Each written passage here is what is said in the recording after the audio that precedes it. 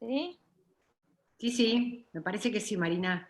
Se van sumando, con lo cual, bueno, Hugo, arrancá.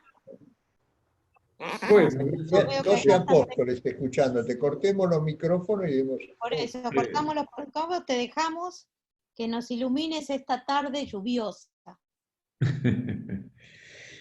Bueno, gracias de nuevo. Espero que lo de hoy ya va a ser mucho menos específico, más general, pero no ajeno al mismo espíritu del tema que hablamos el otro día respecto de la relación que tiene que haber entre el individuo y, y la economía, en este caso. Siempre muchas de las cosas que escribo o en las que me sumerjo para investigar tienen que ver con anécdotas muchas veces ocasionales, digamos. En este caso fue un planteo que me hizo mi hija menor, que me dijo, papá, me dice, decime una cosa, ¿por qué si yo voy a Estados Unidos veo que la gente consume y consume y consume? Pensé que era porque allá, bueno, esa era la base del desarrollo de la economía, pero resulta que después pasé las fiestas en México y compañeras que hacen lo mismo que yo y que tienen ingresos muy parecidos a los míos, consumen también de una manera mucho más eh, agresiva que lo que yo puedo consumir. Entonces me puse a estudiar, porque la verdad es que me llamó la atención cómo ella tomaba el tema y lo ligué a algo que muchas veces yo escribo en mis artículos en donde insisto que no existe en el mundo ninguna economía desarrollada que no tenga salarios altos.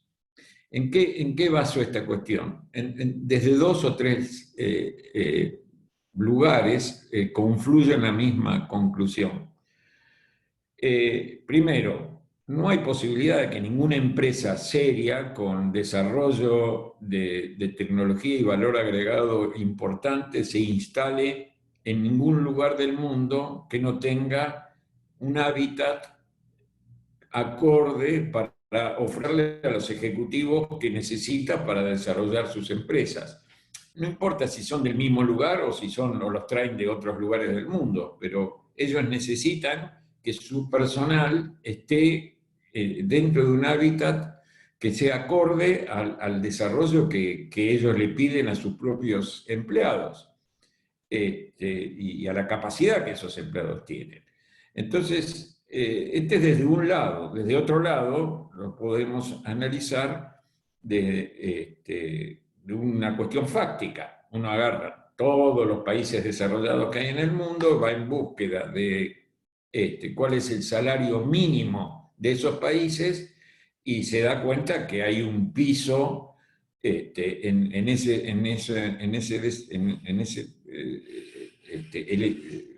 estadística, digamos, que es prácticamente general a todos esos países. Me tomé el trabajo de buscar en Australia y en Canadá, por dar dos países que pueden ser semejantes podrían haber sido semejantes a nosotros, y en Australia, puesto en pesos, pues lo quise poner en pesos para que más o menos tengamos una relación al día de hoy.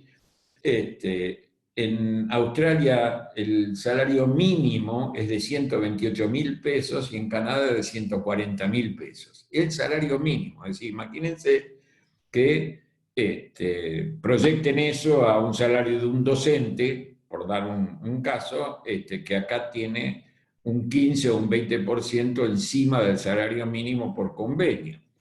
Entonces, yo digo, para retomar el tema del salario en la Argentina y cómo se gasta, me puse a estudiar qué relación había entre este movimiento económico que se produce en esos países y en nuestro país.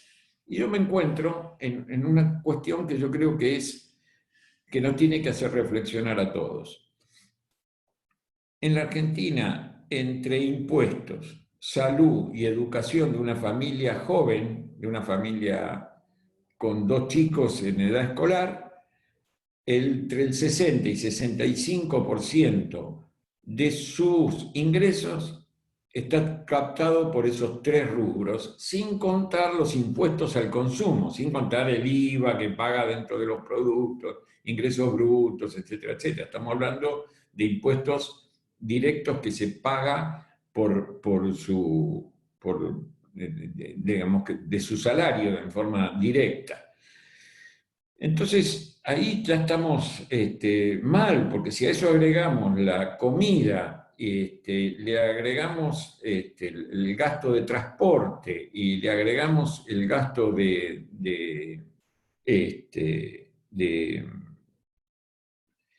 los servicios públicos, nos vamos a dar cuenta que lo que queda del salario, y estamos hablando de salarios altos, no estoy hablando de los salarios bajos, estoy hablando de un ejecutivo de una empresa, digamos, ¿no?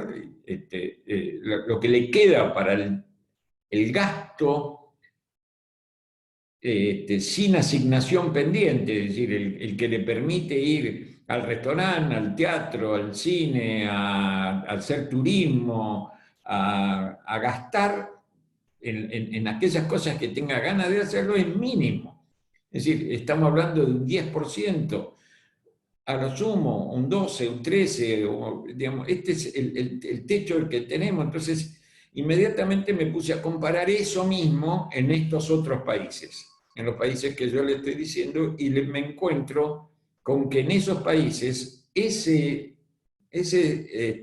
sector del salario, de los ingresos que tienen los salarios altos de esos países de libre disponibilidad son extremadamente más altos. Entonces me pongo a pensar un poquito en esos 2 rubros tan gruesos que nosotros tenemos en nuestro país, que es salud y educación. E inmediatamente me puse a pensar en mi papá, dueño de una empresa de alimenticia. En su momento, sus 2 hijos varones, mi hermano y yo, íbamos a escuela pública, y hasta la universidad incluida.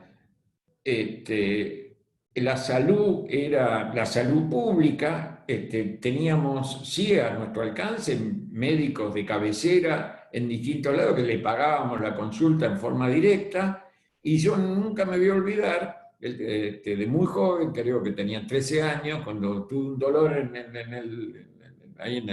cerca del hígado, y viene mi tío que era médico y dice, esa apendicitis hay que operarlo. En aquella época cualquier dolor que había por esa zona, íbamos a la mesa de operaciones. Entonces mi padre dice, bueno, yo llamo al Otamendi. No, dice, no, ¿cómo al Otamendi? Yo lo llevo al hospital, y me operaron en el hospital público. Ahora, estamos hablando de no hace tantos años, porque es dentro de mi vida, que si bien tengo unos cuantos años, no es tantos años en términos históricos. Imagínense esa historia hoy. Es absolutamente imposible ni siquiera de pensarla. No existe, para mi hija menor, no existe ni la educación pública, ni existe la salud pública, sino que todo es un gasto mayor. ¿Qué hicimos los argentinos para transformar esto, habiendo sido casi precursores de la educación pública y de la salud pública? Esta es la pregunta que nos tenemos que hacer, porque realmente ahí es donde podemos encontrar un tema para analizar no desde la macro, no desde arriba hacia abajo, sino desde abajo hacia arriba. Yo le diría a un ministro de Economía, ¿cómo podés vos pensar en desarrollar nuevas inversiones o de apoyar en forma virtuosa cualquier negocio que quieras impulsar o fomentar, si lo que tenés es en el segmento más alto de la población no hay una posibilidad de que consuman eso, o que van a competir de tal manera en todos los sectores por ese 10% del sector alto, de altos ingresos de los ejecutivos de la Argentina, van a estar compitiendo por un pedacito chiquito del el gasto posible. Entonces, yo digo, hay veces que para discutir, porque si no uno entra en las viejas discusiones, ¿no? Que el gasto del Estado, ¿no? Que los grupos concentrados que ponen precios monopólicos, y es la cantinela que hace decenas de años va llevando a discusiones y a debates en nuestro país sin encontrar un punto en donde podamos sentarnos a discutir las mismas cosas, pero desde otro lado, diciendo, a ver, ¿cómo hacemos para que el famoso mercado interno exista? Porque el mercado interno será muy lindo, pero si no tienen salario para desarrollar, no hay ninguna posibilidad que se desarrolle. Imagínense, no hay posibilidad de que un restaurante abra más mesas si no tiene más comensales. Es decir, cada una de las cosas. No hay posibilidad de que los artistas puedan ser artistas y desarrollarse en su profesión si seguimos pagando 400, 500 pesos por un ticket de un teatro, cuando en realidad en cualquier lugar del mundo eso está costando 30 euros en Europa o $100 en Estados Unidos. Entonces, acá el tema es, todo está condicionado en función de esta cuestión. Entonces, la pregunta y el desafío que yo pretendía hacer cuando instalé este tema es, ¿por qué no nos ponemos a pensar que no hay ninguna posibilidad en nuestro país de recibir inversiones de calidad, inversiones a las que se llama de calidad, no inversiones ni a través de bancos que vengan a especular, ni a través de empresas que vengan a sacar réditos en las industrias extractivas, sino en industrias que vengan a desarrollar negocios, si no tenemos un hábitat posible de ofrecerles que tenga que ver con los países desarrollados. Entonces, uno dice, uno se cansa de escuchar a los políticos argentinos, a los cuales ahora me gustaría hacer una pequeña reflexión, decir de un lado o del otro respecto de se necesitan inversiones, y del otro lado dice, pero las inversiones tienen que ser no especulativas, y se empiezan a discutir entre unos y otros y no se dan cuenta de que es imposible ni siquiera empezar a discutir seriamente estos temas si no logramos tener una economía sana desde este punto de vista, donde la gente de mayores ingresos no tenga que gastar doblemente en educación, doblemente en salud. Más, ustedes saben perfectamente que hay muchos países del mundo en donde los pagos de ganancias se descuentan algunos rubros, y justamente educación y salud son rubros que en general en los países desarrollados se descuentan del pago de ganancias, porque se está suponiendo que están utilizando dinero de su bolsillo que lo estaban pagando en los impuestos. Entonces, es decir, este es el punto al cual yo quería introducir este debate, y antes de que me olvide, ya me lo olvidé el otro día, quería hacer una reflexión que tiene mucho que ver con este planteo, que tiene que ver con el papel que están jugando las ONG en el mundo y en particular en la Argentina. Y les quería llamar a hacer una reflexión respecto de ustedes mismos. Realmente grupos como el de ustedes son maravillosos y son muchos. Yo creo que nunca he participado en tantas reuniones virtuales de debate con temas interesantísimos. Ahora, ¿se preguntaron ustedes si alguno de todos los cientos de conferencias y debates fue convocado por algún partido político? No, ninguno. No hay ningún llamado. Ahora es increíble, ¿no? Que la gente que quiere canalizar a través de sus organizaciones la voluntad popular para poder ser gobierno, no haya ninguno de los partidos ha aprovechado este momento en donde poder salir a debatir sus ideas y a procurarlas. Sí lo hicieron las organizaciones no gubernamentales como las de ustedes, o grupos armados ad hoc para discutir temas, pero sin ninguna de las participaciones políticas. Entonces, ahí me llama la nueva reflexión. Es muy difícil instalar estos temas si por acá tenemos un debate y por acá tenemos solo la pelea por el poder. Y me gustaría terminar esta pequeña reflexión para dar un lugar al debate con ustedes, con lo siguiente, un tema del día de hoy. Hoy le decía a mi familia, ustedes no piensen que muchos de los gobernantes están pensando en quedarse con las empresas como dicen, a partir de los aportes del Estado. Simplemente están buscando nuevos puestos de trabajo en los directorios, que es lo que realmente les interesa, y no quedarse con las empresas porque no sabrían qué hacer con ellas. Realmente la idea mía hoy era discutir más esta nueva forma que yo estoy tratando de hacer, tanto como con los servicios públicos, como ahora plantearles a ustedes de que sin todos los agentes económicos y políticos de la Argentina no nos centramos en entender que la única posibilidad que tenemos de desarrollo real es que todos ganen y no que haya uno que pierda a costa de otro, va a ser muy difícil que podamos aprovechar esta gran oportunidad que nos brindó la pandemia, que es el reseteo. Yo comparo esta pandemia con el hecho de ese que uno aprieta el botón y resetea y viene todo a cero. Creo que es muy parecido a lo que vamos a vivir.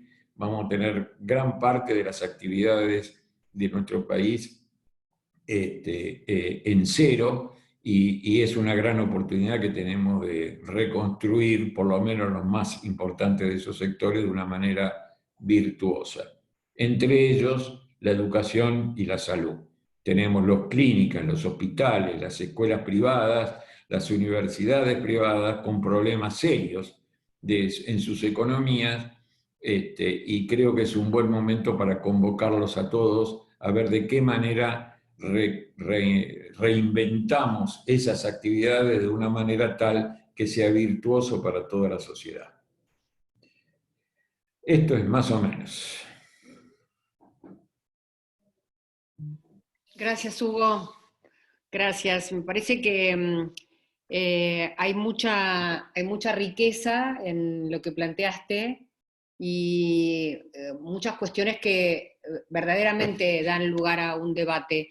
Desde mi punto de vista, creo que respecto de tu planteo sobre la ausencia de debate instalado, más en estos momentos, lugar ocupado por ONGs o fundaciones o colectivos de personas, está directamente asociado a que en realidad a los sectores políticos, al gobernante o a la oposición, no les interesa debatir. Porque me parece que la Argentina se ha transformado te diría yo, en las últimas 2 décadas, en un país carente de contenido, donde la propuesta de la dirección o el modelo está mucho más asociado a paliar la coyuntura y a resolver la inmediatez que a plantear de una manera provocadora, escuchando realmente qué es lo que la gente quiere, respecto de un país que aparentemente hace muchos años, muchas décadas ha perdido su destino. O sea, hablar de la palabra ideología es una mala palabra, cuando uno habla de pragmatismo también es una mala palabra, cuando habla de gestión sin contenido político es una mala palabra, cuando habla de política sin gestión también es una mala palabra. Entonces creo que es como una especie de cóctel perverso de un modelo de país que se viene mintiendo a sí mismo hace mucho tiempo, planteando que la educación o la ciencia es la herramienta o el vector para producir un cambio, cuando en realidad es falso, porque se dice una cosa enloquecedora y automáticamente se hace lo contrario, porque la sociedad no reclama a sus gobernantes transformaciones profundas en cuanto a estas herramientas, ni a la cuestión vinculada a la ciencia, ni a la cuestión vinculada a la tecnología, ni cuestiones vinculadas a la educación. Creo que el último congreso pedagógico que se hizo fue en el año 1985 y fue convocado después de 50 años por Alfonsín. O sea, seguimos debatiendo, digamos, la educación sigue siendo una actividad rehén de los intereses y de las pugnas sindicales. Digamos, nadie debate contenidos. Entonces, me parece provocador tu planteo, pero para que exista esto que vos tan bien señalás, tiene que haber receptor y transmisor. O sea, si es un grito en medio de la nada, y por el otro lado, quien debiera convocar tiene la radio apagada, y por otro lado, una sociedad que no reclama, no sé, perdón, disculpen si me extendí, pero... Perfecto. Quiero hacer dos comentarios nada más y seguimos escuchando. Mira, primero, aquellos que piensan que después de la pandemia viene un proceso de estatismo, están absolutamente equivocados. Y se los voy a decir por qué.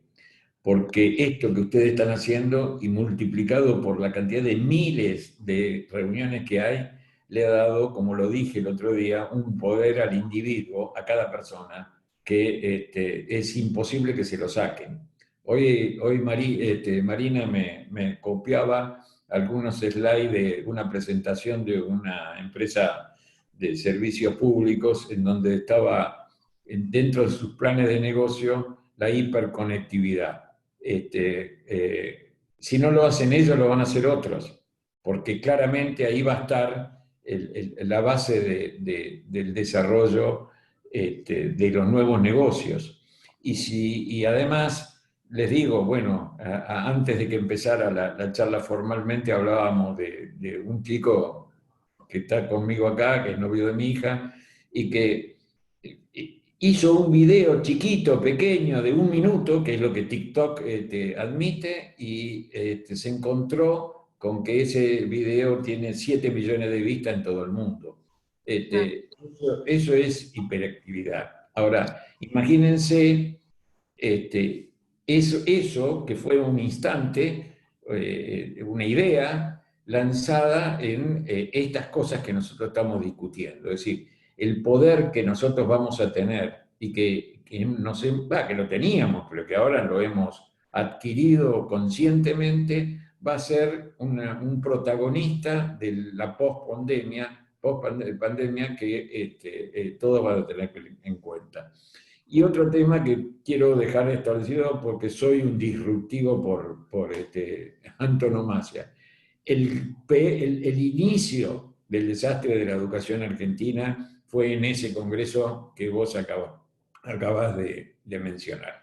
Ese congreso pedagógico fue el comienzo del fin de la educación pública. Y no tiene que ver con los contenidos, no con los contenidos de ese congreso, tiene que ver con lo que abrió ese congreso. Ese congreso es el que permitió santificar el hecho de que se considere a los docentes como trabajadores, como concepto. No me lo voy a olvidar más. ¿Como no trabajadores o como trabajadores? Como trabajadores. Y la verdad, en el concepto trabajadores que ellos le quisieron dar, que Mari Sánchez le quiso dar en aquel momento, le quiso dar un concepto al docente como que ellos eran iguales que el trabajador del comercio, que el trabajador del ferrocarril o el trabajador de una industria. Craso error, tanto del gobierno en ese momento como de la sociedad en su conjunto, que permitió semejante locura. El docente, mi mamá era docente. Mi mamá me decía, Hugo, yo iba a dar clases a Lanús y venían los padres a buscarme a Puente La Noria en carro y me llevaban hasta la escuela, que en aquel momento no había forma de llegar de otra manera. Y ella era el honor que tenía de haber hecho eso. ya desde esa época estaban discutiendo el salario del docente, que todos nosotros, edad que tengamos, desde 80 hasta 14 años, 13 años, todos hemos vivido que el salario del docente en la Argentina era malo, así que eso no cambió. Lo que sí cambió es la relación que tiene el docente con los alumnos y el docente con la escuela y el docente con la educación. Eso sí cambió. Lo que no cambió fue el salario ni las condiciones laborales. Esas siempre fueron las mismas. Entonces, uno tiene que ponerse también a mirar y a pensar que si cambió, lo único que cambió fue perverso, si lo único que cambió fue establecer una relación que le quitó prestigio social a una de las actividades que más prestigio social tenía en la Argentina, e hizo que se degradara la educación pública de una manera fenomenal, al punto tal que hoy una empleada doméstica está pensando en de qué manera poder mandar a su hijo a una escuela confesional y sacarla de la escuela pública. Ya no estamos hablando del rico, estamos hablando quizás del eslabón en la formalidad más bajo que hay en la Argentina, y esto me pasa a mí en mi casa. Entonces, fíjense, se escapan de la salud pública la gente y se escapa de la educación pública, exactamente lo contrario de lo que nosotros hacíamos en mi juventud. No estamos hablando de mucho tiempo, por favor, estamos hablando solamente de 40, 50 años atrás. 40, 50 años atrás todo esto era distinto. Y la cosa comenzó, ahí también dijiste hace un ratito y corto con esto el tema del sindicalismo. Hay una cosa que a mí me gustaría siempre recordar. El sindicalismo es un gran actor de la salud en la Argentina. Creo que tiene en sus manos la parte más importante de la estructura de salud. Y todo el mundo cree que esto fue producto del peronismo en el gobierno. Y yo les digo la verdad, si ustedes van a estudiar la historia, esto fue un acuerdo hecho entre Bandor y Onganía para crear el peronismo sin Perón.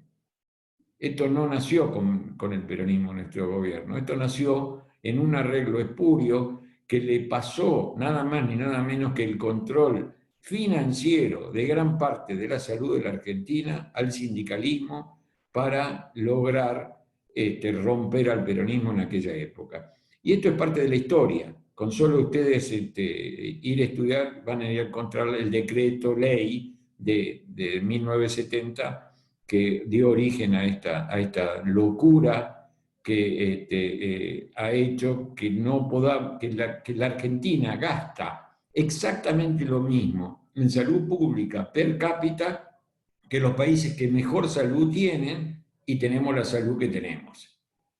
En donde no digo que tengamos mala salud, sino que la salud ha capturado un pedazo de nuestros ingresos absolutamente ridículo respecto de lo que la sociedad en su conjunto necesita, porque la clase media hace enormes sacrificios para resguardar la salud que creen que se merecen o que se merecen objetivamente, y utilizan un pedazo del salario que no debieran estar utilizando para eso, porque ya lo están utilizando pagando los impuestos.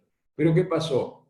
Gran parte de todos esos recursos están capturados en una administración de salud que, miren, les digo una cosa, Claudio Balocapi, ay, no me sale, Bolocapi, ay, ayúdame, Balocapi,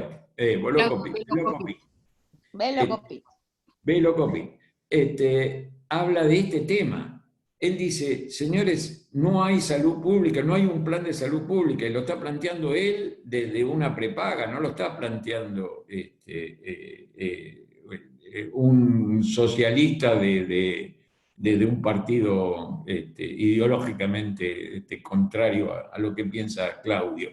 Yo lo que digo es, tenemos que ordenar la masa de dinero que en educación y en salud los argentinos invertimos, que es tremendamente alta en comparación con los países más desarrollados del mundo, y están entre esas dos actividades capturando un pedazo de nuestros ingresos que lo único que hace es evitar el desarrollo de otras actividades que tendrían que desarrollarse con los ingresos de ese sector de la sociedad.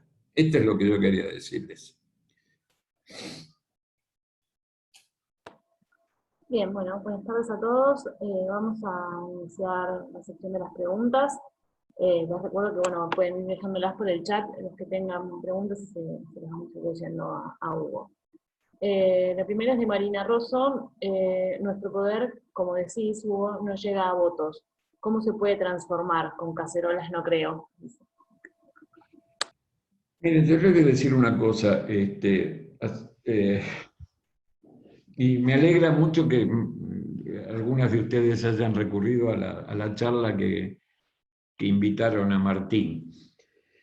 Yo invierto muchísimas horas de mi tiempo en hablar e interactuar con los chicos jóvenes. Y cuando hablo de chicos jóvenes, hablo de los chicos que nacieron ya en democracia, es decir, los que nacieron después del 73. Ahí tengo depositadas mis esperanzas, porque esos chicos vienen sin una carga que hoy las demás generaciones tenemos, en donde estamos todos condicionados por historias que nos llevaron a enfrentamientos estériles.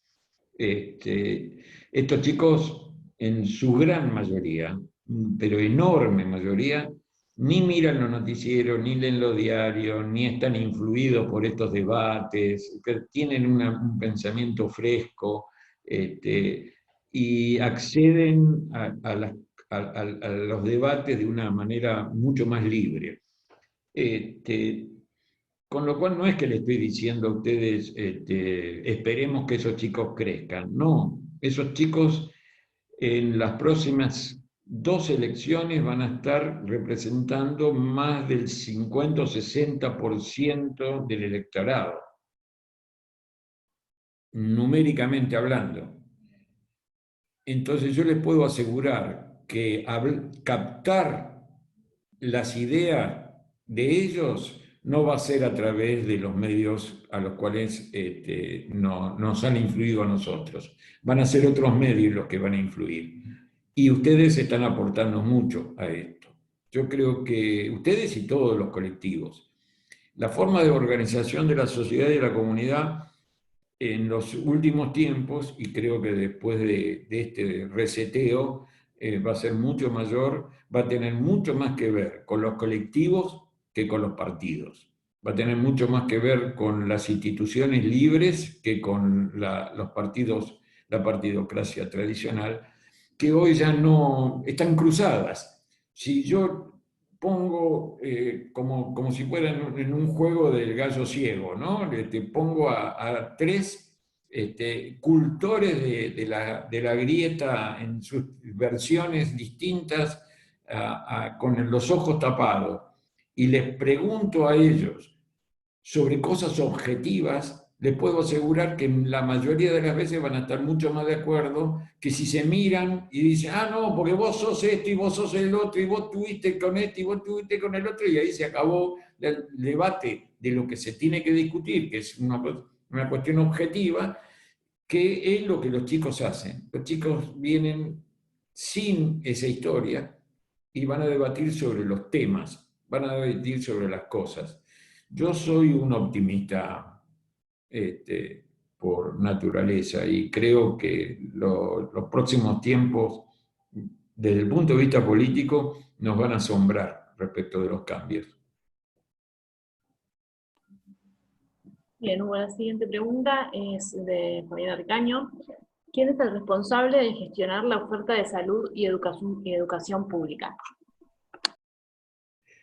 Bueno, la educación ha sido provincializada hace ya muchos años, ¿no? Yo estaba en el Senado en ese momento, tengo una anécdota increíble con eso. Yo tenía en aquel momento, y hoy también, soy un bonaerense por fanático, y estábamos discutiendo cómo en la nacionalización de las escuelas la provincialización de las escuelas nacionales, se discutía con qué fondos iban las escuelas, ¿no? Es decir, si había un pedazo del presupuesto que se pasaba junto con las escuelas.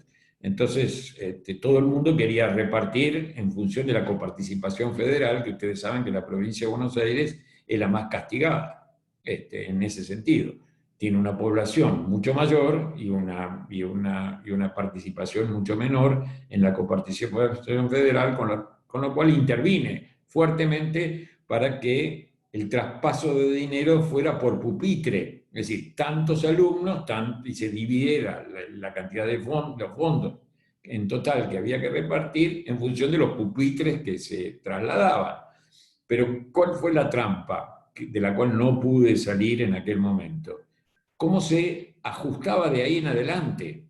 Y de ahí en adelante se ajustaba por coparticipación federal. Cualquiera que sepa de matemáticas debe saber que ahora, en este momento, los fondos que la provincia recibe son mucho menores que la cantidad de alumnos que recibió en esas escuelas, que además fue creciendo mucho más que en el resto del país. Así que si ustedes quieren ver a veces los males que ha tenido la educación argentina, mucho tiene que ver con estas cosas.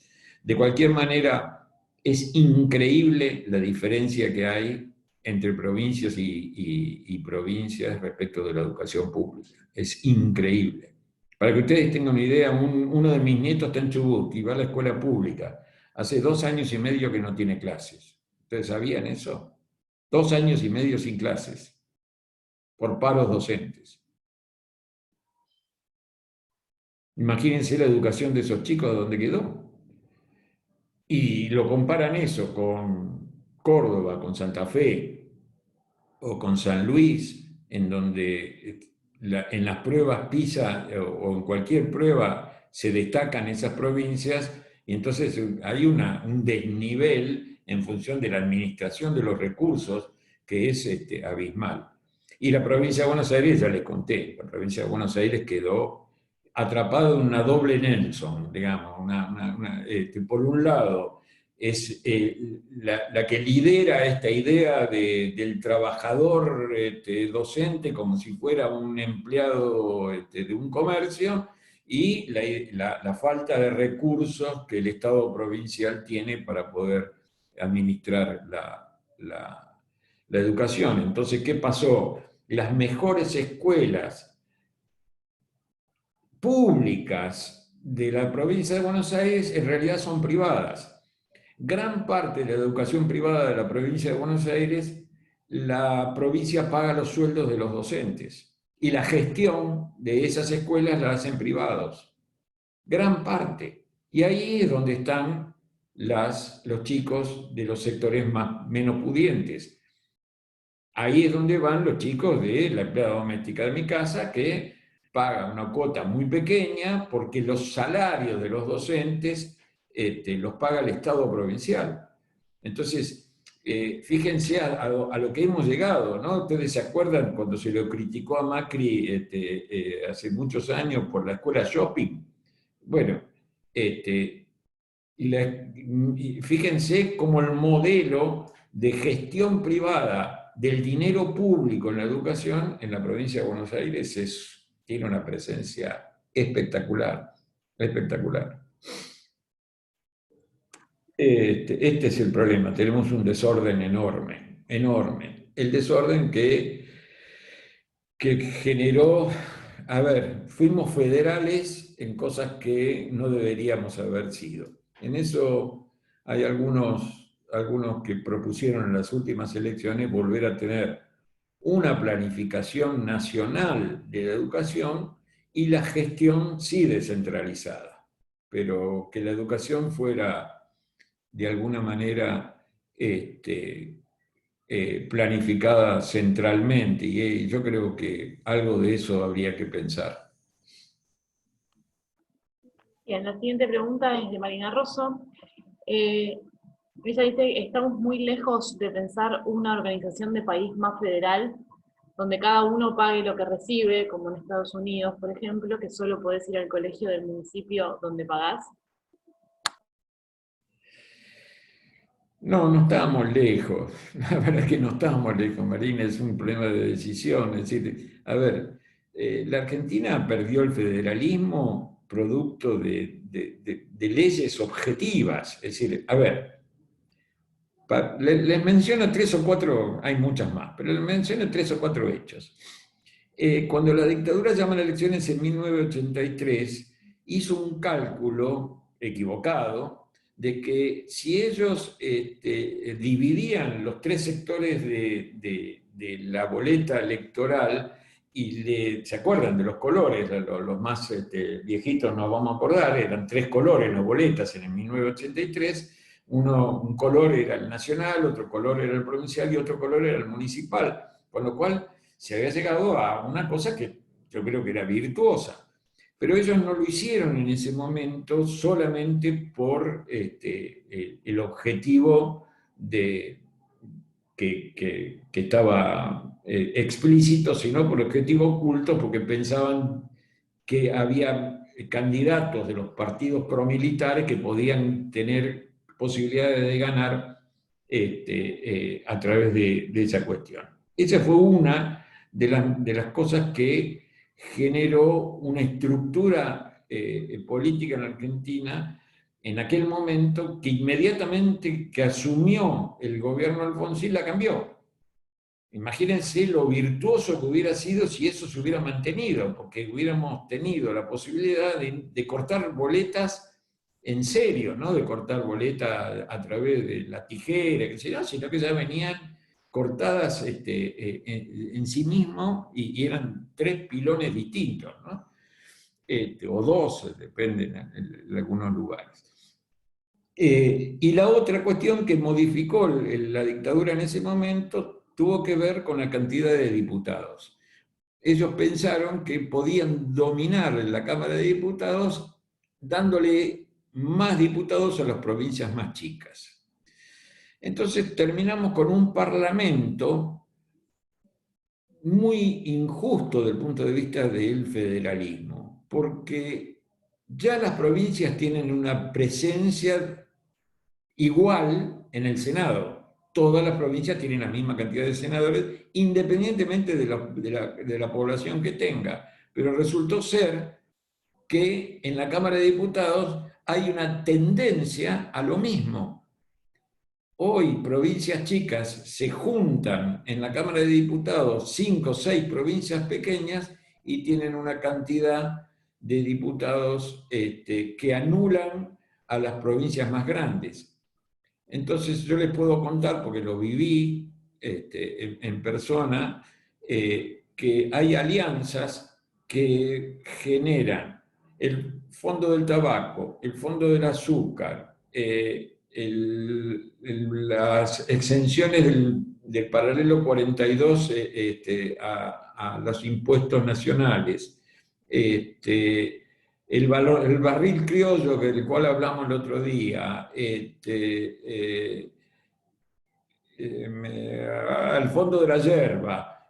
Y si ustedes se ponen a sumar, los beneficiarios de todos esos fondos tienen una cantidad de diputados que son mayores que las que puede tener las provincias del centro de la Argentina, que son las que producen la mayor cantidad del PBI. Entonces, nos estamos dando una situación en la cual, fíjense que esto está reflejado claramente en la famosa camiseta de Boca, ¿se acuerdan? Azul, azul y amarillo en el medio de las elecciones de Macri.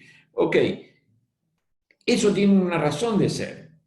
Hay una razón de ser que tiene que ver esto que yo le estoy diciendo. Es decir, son provincias que al recibir más fondos por su peso político en el Parlamento, que per cápita que el resto del país, hace que se generen fuerzas políticas distintas. Tienen una tendencia a analizar la política de una manera distinta, más ligada al interés económico productivo que al interés del Estado benefactor. Entonces, esto hace que se dé esa camiseta de Boca famosa que los diarios nos indicaban. La política siempre tiene una expresión de cómo se expresa de una manera, pero está en realidad demostrando cosas mucho más profundas, ¿no? El federalismo en la Argentina requiere cumplir con leyes. La ley que determina la cantidad de diputados de la nación está ligada claramente a la cantidad de población. Hoy la provincia de Buenos Aires, por la ley vigente, tendría que tener 100 diputados y tiene 70. La ciudad de Buenos Aires tendría que tener 5 diputados menos que los que tiene, porque ha decrecido su población en relación al 1983, y hay provincias que tienen mucho más diputados de los que deberían tener. Si todo eso, ese andamiaje institucional se acomodara, seguramente podría ser más virtuoso el camino hacia un federalismo que hoy no existe. La Argentina no es ni unitaria ni federal. Este es lo que tenemos una institucionalidad nueva. No somos un país centralista que no es ni unitario ni federal. Bueno, muchas gracias, Hugo. Gustavo Cian hizo un comentario bastante extenso y interesante como para que por ahí se lo pueda hacer él mismo. Yo le voy a habilitar el audio. Gustavo, no sé si me estás escuchando. Hola, sí, te estoy escuchando. Sí, te doy la palabra si querés para que te puedas extender un poco más y explicar mejor tu pregunta, que quizá es más interesante hacerlo de esa forma. Perfecto. Sí, estimado Hugo, ¿cómo te va? Les voy a habilitar la cámara, así me ve la cámara, la cara también. A ver. Ahí estamos. Ahí está. Bueno, no, te venía escuchando atentamente y mi pregunta iba a tu reflexión sobre que en este contexto político, económico y de reseteo, como bien planteabas,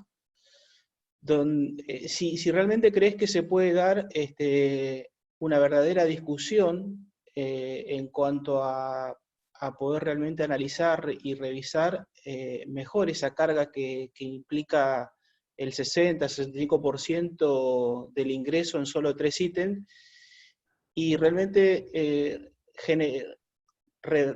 recrearla para generar un círculo virtuoso. Y en ese círculo virtuoso, digo, la política o el sector público dedicándose realmente a la política y al cuidado del ciudadano, y el sector privado pudiendo generar cada vez mejores condiciones y mayores cantidades de empleo para que realmente el crecimiento sea posible, muy en contramano de por ahí lo que hoy opina esta diputada que como decís está fogoneando un poco la cuestión del Estado metiéndose en las empresas.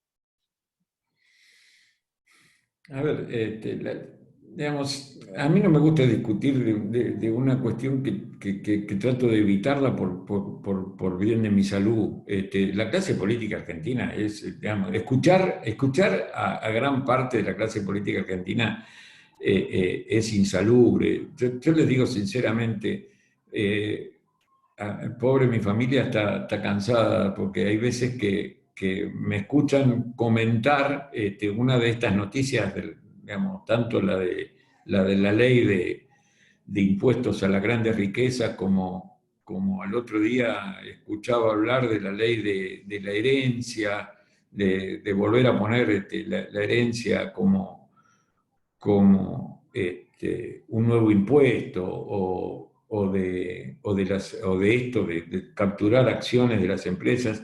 Y yo le digo, está bajo el nivel, pero tan bajo el nivel de nuestra dirigencia que ni siquiera ellos capturan ideas de otros países y las trasladan acá como si fuera que es factible. En Estados Unidos se pudo hacer lo de las acciones en el año 2008-2009 por una razón muy clarita, allá no existe la prohibición de despido, allá no existe la indemnización por despido, allá el industrial que quiere cerrar la empresa la cierra, agarra, por dar una vuelta a la llave, se presenta en la justicia, dice capítulo 11, y sigue la discusión ahí y nadie le dice nada. Entonces, ante esa situación, el Estado, que fue en rescate de las empresas en aquel momento y ahora también, puede llegar a tener cierta entidad de decir, bueno, mire,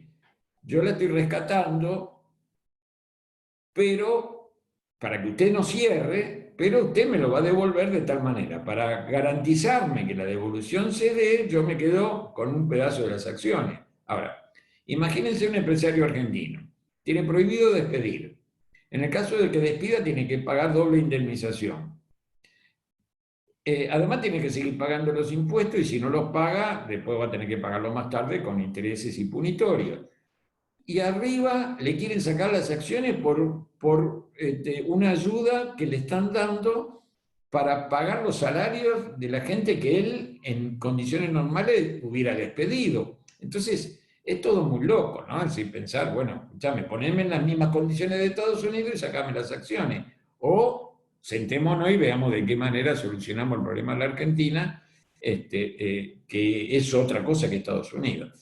En el caso de la ley de herencia, ni siquiera se ponen a leer las leyes en la Argentina. La ley de herencia que existía, el impuesto a la herencia que existía en la Argentina hace muchos años, se dejó de cobrar porque nos cobran bienes personales todos los años.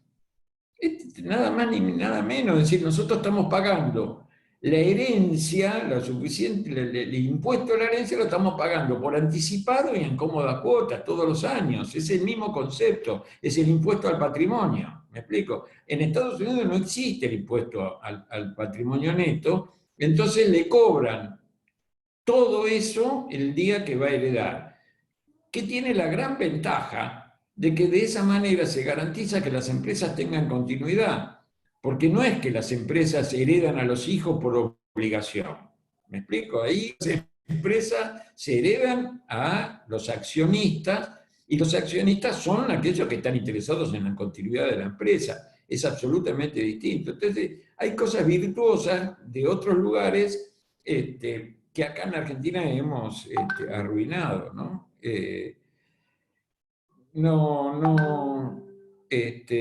Yo creo que la clase política argentina deberíamos dejarla de tener en cuenta. Si ustedes me quieren decir, que creo que tenemos que ser libres de pensar una Argentina sin pensar que ellos puedan. Hay muchos que sí, me imagino, pero se tendrán que ganar el espacio y en las mismas condiciones que nosotros, empezar a discutir y debatir y juntarnos y generar estos debates fuera de lo que, vuelvo al comienzo, imagínense con el debate que hay en Argentina, si un partido realmente fuera un partido político que quiera comunicarse con la gente, no hubiera tenido mejor oportunidad que esta. Está todo el mundo en su casa, explorando nuevas formas de comunicación en forma obligada, y no ha habido ni una sola propuesta de debate de los partidos políticos principales de la Argentina. Ni una. Ninguno llamó ni por teléfono para decir, che, ¿por qué no debatimos? No, siguen teniendo ese círculo donde quieren vendernos una nueva propuesta basada en las encuestas, porque esta es la última de la política. En vez de utilizar las encuestas para incluirlo como dato y generar una propuesta alternativa o una propuesta superadora para cubrir la necesidad de la gente, no, las propuestas son lo que la gente dice en las encuestas. Es fenomenal. Para eso tomamos a una empresa encuestadora como gobierno y listo. ¿Para qué la necesitamos? ¿Para qué le pagamos a los si lo único que pretenden hacer es lo que dicen las encuestas? Es insólito realmente. Realmente yo les digo, una de las cosas que tenemos que recuperar en la Argentina es la decisión de tener dirigentes políticos. Y si ustedes son sinceros con ustedes mismos, la culpa es de todos. Porque yo no me voy a olvidar más en la escuela secundaria, por lo menos hace mucho tiempo, y me imagino que no debe haber cambiado, cada vez que había que elegir al delegado del curso, se elegía al más quilombero, no al más capaz, no al que proponía mejores cosas. Se elegía al que más lío hacía.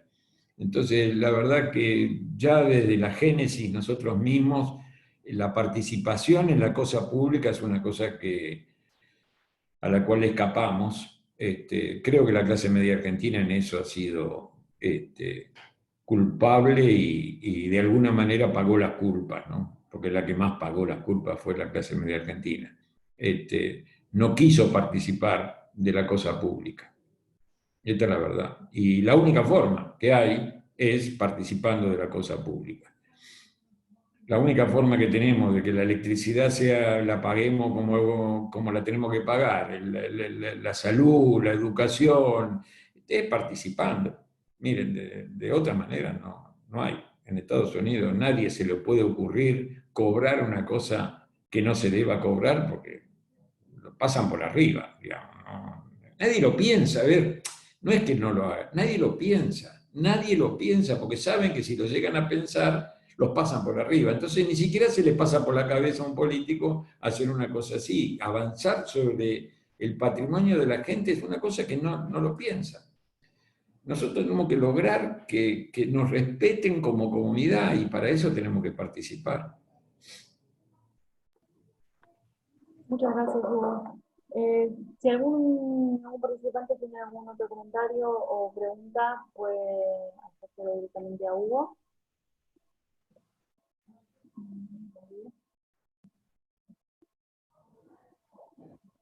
Bueno, preguntas en el chat ya no hay. Muy bien. ¿Quiere hacerle algún comentario en el momento? No le paso la palabra a Marina o a Fafi para agradecerte. No, el agradecido soy yo, les puedo asegurar. Muchísimas gracias por tu tiempo, Hugo, muchísimas gracias. Espero que pronto nos reencontremos en este ámbito o en otro para seguir compartiendo ideas, propuestas, reflexiones. Muy, muy enriquecedor. Muchísimas gracias por compartirlo con nosotros y bueno, y a disposición de todos para proponer, promover lo que les parezca que sirve y que edifique. Gracias. No, al contrario, gracias a usted. Siempre. Gracias, María. Chao, chao. Gracias. Gracias a todos. Gracias.